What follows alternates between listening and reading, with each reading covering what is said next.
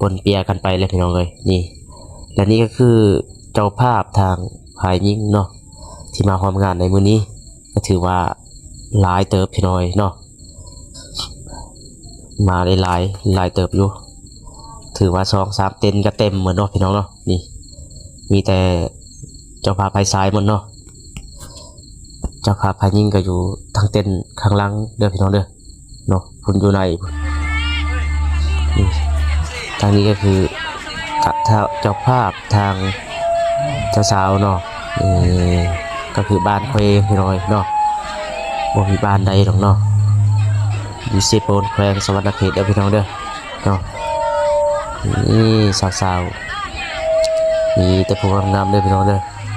ฝากกดไลค์กดแชร์กดติดตามเนาะเพื่อเป็นกำลังใจคลิปต่อไปนำเด้อพี่น้องเด้อนี่ที่รวบรวมบรรยากาศภาพเนาะสำหรับทีมงานบ้านบัญชีได้พี่น้องเด้อ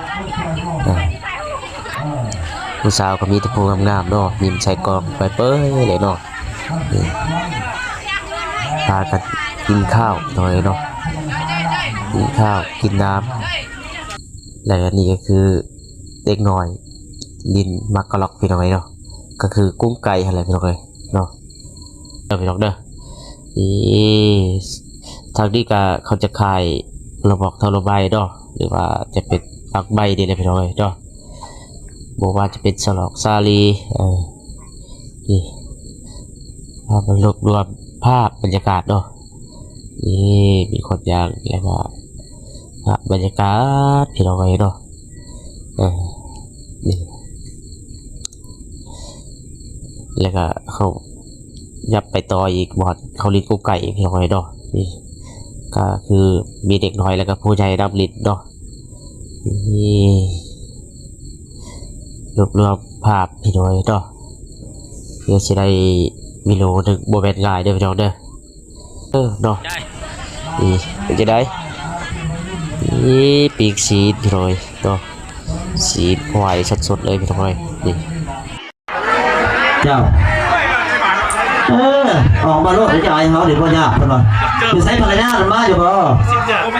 บ่บ้าป่ะอันเซอร์เนี่ยจะเลยจีเดี๋ยวออกมาโลดเนี่ย